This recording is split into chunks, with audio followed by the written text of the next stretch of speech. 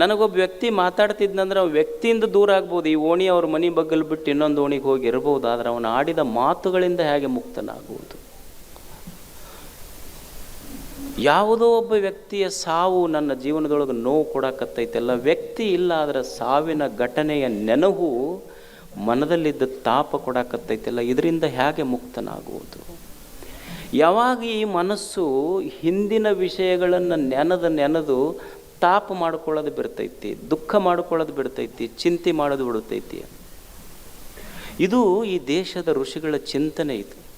ಹೌದಲ್ಲ, ನಮಗೆಲ್ಲ ತಾಪ ಆಗಿದ್ದೆ ಅದಕ್ಕೆ ಅಂದ್ರೆ ಹಿಂದಿಂದ ಭಾಳ ನೆನೆಸ್ಕೊಂಡ ತಾಪ ಮಾಡ್ಕೊತೀವಿ. ಈಗೆಲ್ಲ ಒಬ್ಬ ಭಾಳ ಕಷ್ಟಪಟ್ಟು ದುಡಿದಿರ್ತಾನೆ, ಭಾಳ ಚಲೋ ಆಗಿರ್ತಾನೆ, ದೊಡ್ಡ ಮನೆ ಹಾಕಿಸಿ ಮೊದಲು ಗುಡಿಸಿಲ್ನಾಗಿರ್ತಾನೆ, ಏನು ಉಣ್ಣಕ್ಕೆ ರೊಟ್ಟಿ ಗಿಟ್ಟಿ ಏನು ಇರೋದಿಲ್ಲ, ಅಷ್ಟು ಭಿಕ್ಷೆ ಬೇಡ ಉಣ್ತಿರ್ತಾನೆ. ಈಗೆಲ್ಲ ದೊಡ್ಡ ಮನೆ ಕಟ್ಟಿಸಿ ಡೈನಿಂಗ್ ಟೇಬಲ್ ಮೇಲೆ ಹೋಳಿಗೆ ಇಟ್ಟುಕೊಂಡು ಎಲ್ಲ ಸ್ನೇಹಿತರು ಕರ್ಕೊಂಡು ಕುಂತು ಊಟ ಮಾಡ್ಬೇಕನ್ನುವಾಗ ಸ್ನೇಹಿತರಂತಾರೆ, ಏನು ಕಷ್ಟಪಟ್ಟು ಮ್ಯಾಲೆ ಬಂದೆಪ್ಪ ಅಂತ. ಇಷ್ಟಂದ್ರೆ ಸಾಕು. ಇಲ್ಲ, ಮೊದಲು ಭಾಳ ತಾಪಿತ್ತು, ಹೋಳಿಗೆ ಊಟ ಐತಿ, ಉಣ್ಣೋದು ಬಿಡಿಸಿ ಕಣ್ಣೀರು ತರ್ಸಕತ್ತೈತೆ. ಇಲ್ಲ, ಮೊದಲು ಭಾಳ ತ್ರಾಸಿತ್ತು ನನಗೆ, ರೊಟ್ಟಿಗೆ ಸಹಿತ ಗತಿ. ಅಲ್ಲಿ ಈಗ ಹೋಳಿಗೆ ಐತಿ, ಉಣ್ಣೋದು ಬಿಟ್ಟಾನ, ರೊಟ್ಟಿದ ನೆನಪು ಮಾಡಿಕೊಂಡು ತಾಪ ಮಾಡಾಕತ್ತೈತಿ. ಅಂದ್ರೆ ವಿಷಯ ವ್ಯಕ್ತಿಗಳಿಂದ ದೂರ ಆಗುವುದು ಸಹಜ ಐತಿ, ಆದರೆ ವಿಷಯದ ರಸ ಒಳಗೆ ಕುಂತು ಮನುಷ್ಯನಿಗೆ ಘಾಸಿಗೊಳಿಸ್ತೈತೆಲ್ಲ, ಇದರಿಂದ ಹೆಂಗೆ ಮುಕ್ತನಾಗುವುದು? ಇದರಿಂದ ಹೆಂಗೆ ಬಿಡುಗಡೆ ಆಗಬೇಕು? ಮನಸ್ಸು ಹಿಂದಿನದನ್ನು ನೆನೆಸಬಾರ್ದದು. ಹಿಂದಿನದನ್ನು ನೆನೆದು ತಾಪ ಮಾಡಿಕೊಳ್ಳಾರ್ದಂಗೆ ಈ ಮನಸ್ಸಿಗೆ ಏನಾದರೂ ಉಪಾಯ ಐತೇನೋ ಅಂತ ಚಿಂತನೆ ಮಾಡಿದ್ರು ಶರಣರು, ದಾರ್ಶನಿಕರು. ಆಗಿರ್ಬೋದು, ಜೀವನದೊಳಗೊಂದು ಕೆಟ್ಟದ್ದು ಮಾತಾಡಿರ್ಬೋದು, ಜೀವನದಲ್ಲಿ ಬಡತನ ಬಂದಿರಬಹುದು, ಜೀವನದಲ್ಲಿ ಒಮ್ಮೆ ಸೋಲಾಗಿರ್ಬೋದು, ಒಮ್ಮೆ ಕೆಟ್ಟ ಗಳಿಗೆ ಬಂದಿರಬಹುದು.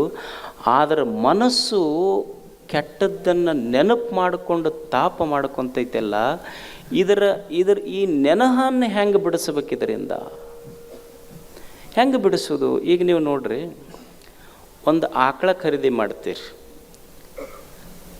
ಈ ಓಣ್ಯಾಗ ನೀವು ಒಂದು ಆಕಳ ಯಾವ ಓಣ್ಯಾಗಿಂದ ಖರೀದಿ ಮಾಡ್ತೀರಂದ್ರೆ, ಅಚ್ಚ ಕಡೆ ಓಣಿದು ಒಂದು ಆಕಳ, ಆ ಕಡೆ ಕಾಲನಿದು ಒಂದು ಆಕಳ ಖರೀದಿ ಮಾಡಿ ನೀವು ಇಲ್ಲಿ ಕಟ್ತೀರಿ. ಹಳ್ಳ್ಯಾಗ ಖರೀದಿ ಮಾಡ್ತಾರಲ್ಲ, ಬೇರೆ ಓಣ್ಯಾಗಿಂದ ಒಂದು ಆಕಳ ಖರೀದಿ ಮಾಡ್ತಾರೆ. ಅದು ಆಕಳ ಖರೀದಿ ಮಾಡಿ ಇವ ಯಾರು ಖರೀದಿ ಮಾಡಿರ್ತಾರೆ ಅವನ ಮನ್ಯಾಗ ಕಟ್ತಾನೆ ಇವ. ಅದು ಆಕಳ ಏನು ಮಾಡ್ತೈತಿ ಅಂದ್ರೆ, ಮೈಯಾಕೆ ಬಿಟ್ಟ ತಕ್ಷಣ ಮೇಯ್ದು ಇವನ ಮನೆಗೆ ಬರೋದಿಲ್ಲ. ಯಾವ ಖರೀದಿ ಮಾಡಿರ್ತಾನಲ್ಲ, ಯಾರ ಮನೆಯಿಂದ ಖರೀದಿ ಮಾಡಿರ್ತಾನೆ ಅವ್ರ ಮನೆಗೆ ಹೋಗ್ತಿರ್ತೈತೆ. ಅದು ಒಂದು ದಿವ್ಸ ಹೋಗ್ತೈತಿ, ಮತ್ತು ಮರುದಿವ್ಸ ಹೋಗ್ತೈತಿ, ಮತ್ತು ಮರುದಿವ್ಸ ಹೋಗ್ತೈತಿ. ಹಂಗೆ ಆಮೇಲೆ ವಾರಕ್ಕೊಮ್ಮೆ ಹೋಗಕ್ಕೆ ಶುರು ಮಾಡ್ತೈತಿ, 15 ದಿವ್ಸಕ್ಕೊಮ್ಮೆ ಹೋಗ್ತೈತಿ. ಬಿಡೋದಿಲ್ಲ ಅದು ಆಕಳು ಹೋಗೋದು. ಮತ್ತು ಇವ ಅವ್ರ ಮನೆಗೆ ಹೋಗಿ ಹೊಡ್ಕೊಂಡು ಬರ್ತಿರ್ತಾನೆ. ಆದ್ರೆ ಆಕಳ ಆ ಹಳೆ ಮನೆ ನೆನಪು ಮಾತ್ರ ಬಿಡ್ತಿರೋದಿಲ್ಲ, ಆ ಮನೆಗೆ ಹೋಗ್ತಿರ್ತೈತೆ ಅದು. ಆದ್ರೆ ಒಂದು ದಿವಸದಿಂದ ಅದು ಹೋಗೋದಿಲ್ಲ. ಎಂದು ಹೋಗೋದಿಲ್ಲ ಅಂದ್ರೆ, ಯಾವಾಗ ಈ ಆಕಳ ಒಂದು ಕರುವಿಗೆ ಈ ಕೊಟ್ಟಿಗೆಯೊಳಗೆ ಜನ್ಮ ಹಾಕ್ತೈತೆಲ್ಲ, ಅವತ್ತಿನಿಂದ ಆ ಮನೆಗೆ ಹೋಗೋದಿಲ್ಲ ಅದು.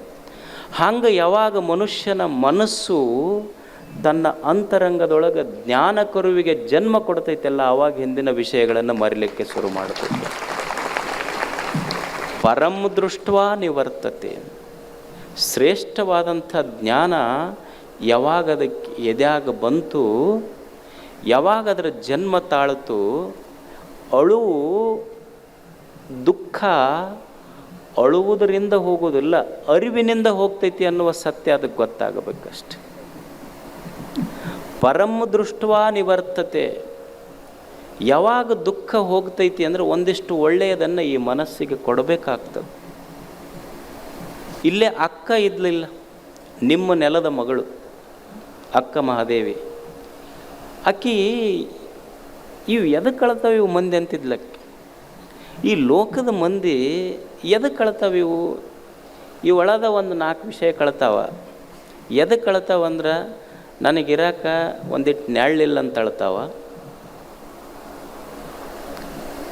ಒಂದಿಷ್ಟು ಇರಾಕ ನೆರಳಿಲ್ಲ ಅಂತ ಅಳ್ತಾವ, ಇಲ್ಲ ನಮಗೊಂದು ಸ್ವಲ್ಪ ಊಟಕ್ಕೆ ಸರಿಯಾಗಿ ಸಿಗುವಲ್ದಂತ ಅಳ್ತಾವ, ಇಲ್ಲ ನಮ್ಗೆ ಒಟ್ಟ ನಮ್ಮ ಸಂಬಂಧಿಕರು ಯಾರು ನಮಗೆ ಮಾತಾಡಿಸುವಲ್ರ ಅಂತ ಹೇಳ್ತಾವೆ. ಇವ 3 ವಿಷಯ ಕಳ್ತಾವೆ ಇವು ಮಂದಿ ಅಂತ.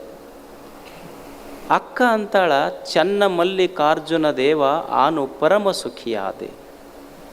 ಸುಮ್ಮನೆ ವಿಚಾರ ಮಾಡಿರಿ, ನಮಗೆ ಚಲೋ ಮನೆ ಐತಿ, ಹೊಲ ಅದಾವ, ಅಡಿಕೆ ತೋಟ ಅದಾವ, ಬ್ಯಾಂಕ್ ಬ್ಯಾಲೆನ್ಸ್ ಅದಾವ, ಕೇಳೋರು ಅದಾರ, ಎಲ್ಲ ಇದ್ದೂ ನಮಗೆ ದುಃಖ ಹೋಗಿಲ್ಲ. ಒಲಿದು ಬಂದ ಪಟ್ಟದರಸಿಯ ಪದವಿಯನ್ನೇ ತ್ಯಾಗ ಮಾಡಿದ ಅಕ್ಕ, ಏನೂ ಇಲ್ಲ ದಿಗಂಬರವಾಗಿ ಹೊರಟಂಥ ಅಕ್ಕ ಅಂತಾಳ ಆನು ಪರಮ ಸುಖಿಯಾದೆ. ಏನೂ ಇಲ್ಲದ ಹೆಣ್ಮಗಳು ನಾನು ಪರಮ ಸುಖಿಯಾದೆ ಅಂತಾಳ. ಎಲ್ಲ ಇರುವಂಥ ನಾವು ಆನು ಪರಮ ದುಃಖಿಯಾದೆ ಅಂತ ನಾವು ಅಂತೀವಿ.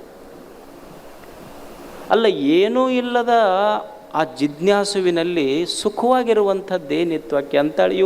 ಇವು ಒಳದ 3 ಕಳ್ತಾವೆ ಇವು ಮಂದಿ. ಒಂದಿಟ್ಟು ನೆಳ್ಳು ಬೇಕಂತ ಅಳ್ತಾವ, ಒಂದಿಷ್ಟು ಪ್ರಸಾದಕ್ಕೆ ಕಳ್ತಾವ, ಇಲ್ಲಿಲ್ಲಂದ್ರೆ ನಮ್ಮ ಮನೆಯವ್ರು ಯಾರು ನಮಗೆ ಮಾತಾಡಿಸೋದಿಲ್ಲ ಅಂತ ಅಳ್ತಾವ ಅಷ್ಟೇ.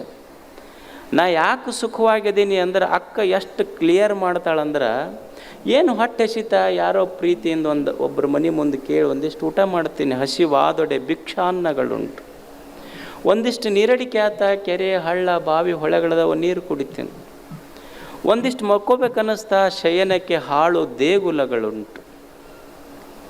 ಮತ್ತು ಈ ಮಂದಿ ಜೊತೆಗೆ ಮಾತಾಡಕ್ಕೆ ಹೋಗ್ತೀನಿ, ಅವ್ರು ಮಾತಾಡ್ಸಕ್ಕೆ ಹೋದ್ರೆ ಮಾತಾಡ್ತೀನಿ. ಅಕಸ್ಮಾತ್ ಅವ್ರು ಮೂಗು ಮುರ್ಕೊಂಡು ಆ ಕಡೆ ಹೋದ್ರಂದ್ರೆ ಅವ್ರು ಕೂಡ ನಾ ಯಾಕೆ ಮಾತಾಡಕ್ಕೆ ಹೋಗಲಿ, ನಾನು ಈ ಜನರ ಜೊತೆ ಮಾತಾಡೋದಿಲ್ಲ, ಸಾಕ್ಷಾತ್ ಜೇವ ಚನ್ನ ಮಲ್ಲಿಕಾರ್ಜುನನೊಂದಿಗೆ ಮಾತಾಡ್ತೀನಿ, ಜನರ ಜೊತೆ ಯಾಕೆ ಮಾತಾಡಕ್ಕೆ ಹೋಗಲಿ ನಾನು. ಆತ್ಮ ಸಂಗಾತಕ್ಕೆ ಚನ್ನ ಮಲ್ಲಿಕಾರ್ಜುನ ದೇವನೀಯನಗುಂಟು. ಏನೂ ಇಲ್ಲಾರದ ತಾಯಿ ತಾನು ಎಷ್ಟು ಸುಖವಾಗ್ಯದಾಳ, ಎಲ್ಲ ಇದ್ದು ನಮಗೆ ಯಾಕೆ ದುಃಖ ಆಗ್ತೈತೆ ಅನ್ನುವುದೇ ಚಿಂತನೆ ಅಷ್ಟೆ. ಅದಕ್ಕೆ ಮನುಷ್ಯನಿಗೆ ದುಃಖ ಹೋಗಬೇಕಾದ್ರೆ ತಿಳ್ಕೊಳ್ಳೋದಷ್ಟೇ. ಒಂದಿಷ್ಟು ತಾವೇನು ಮಾಡಿರಲ್ಲಿ, ಒಂದಿಷ್ಟು ಜ್ಞಾನ ಬೇಕು ಮನುಷ್ಯನಿಗೆ, ಅನುಭಾವಿಗಳ ಮಾತು ಬೇಕು. ಜ್ಞಾನದ ಮಾತುಗಳಿಂದ ಈ ಮನಸ್ಸು ಏನಾಗ್ತದೆ, ತಿಳಿ ತಿಳಿ ತಿಳಿ ತಿಳಿ ಆಗಲಿಕ್ಕೆ ಶುರು ಮಾಡುತ್ತದೆ. ಈಗ ನೀವು ಹಿಂದೆ ಕೊರೋನಾ ಬಂದಿತ್ತು ನೋಡ್ರಿ, ಈಗೂ ಕೇಳಾಕತ್ತಾರ ಅಗಲಿ ಅಲ್ಲೆಲ್ಲೆಲ್ಲ ಅಂಥೇಳಿ. ಈಗೇನು ಯಾರು ಹೆದರೋದಕ್ಕೆ ಅದ ಹೆದರು ಹೋಗ್ಬೇಕು ಈಗೇನು ಮೇಲೆ. ನಮಗೆ ಕೊರೋನಾ ಬರಬಾರ್ದಂತ ತಿಳ್ಕೊಂಡು ನಾವೇನು ಹಾಕ್ಕೊತಿದ್ವಿ ಹೇಳಿ, ಮಾಸ್ಕ್ ಹಾಕ್ಕೊತಿದ್ವಿ. ಅಂದ್ರೆ ಇನ್ನೊಬ್ಬರ ರೋಗ ನಮಗೆ ಹರಡಬಾರ್ದು ಅಂದರೆ ಹೆಂಗೆ ಮಾಸ್ಕ್ ಹಾಕ್ಕೊತಿದ್ವಿ, ಹಂಗೆ ಹೊರ ಜಗತ್ತಿನ ಚಿಂತೆ ದುಃಖ ನಮ್ಮ ಮನಸ್ಸಿಗೆ ಆವರಿಸಬಾರ್ದು ಅಂದ್ರೆ ಶರಣರ ಅನುಭಾವಿ ಜ್ಞಾನದ ಮಾತುಗಳು ಒಂದು ಮಾಸ್ಕ್ ಹಾಕೋಬೇಕಾಗ್ತೈತಿ ಮನುಷ್ಯನಿಗೆ, ಅದಕ್ಕೂ ಬೇಕಾಗ್ತದೆ. ದುಃಖ ತಡಿಬೇಕಾದ್ರೆ ಒಂದಿಷ್ಟು ಜ್ಞಾನದ ಮಾತುಗಳ ಅವಶ್ಯಕತೆ ಅದಾವ ಮನುಷ್ಯ.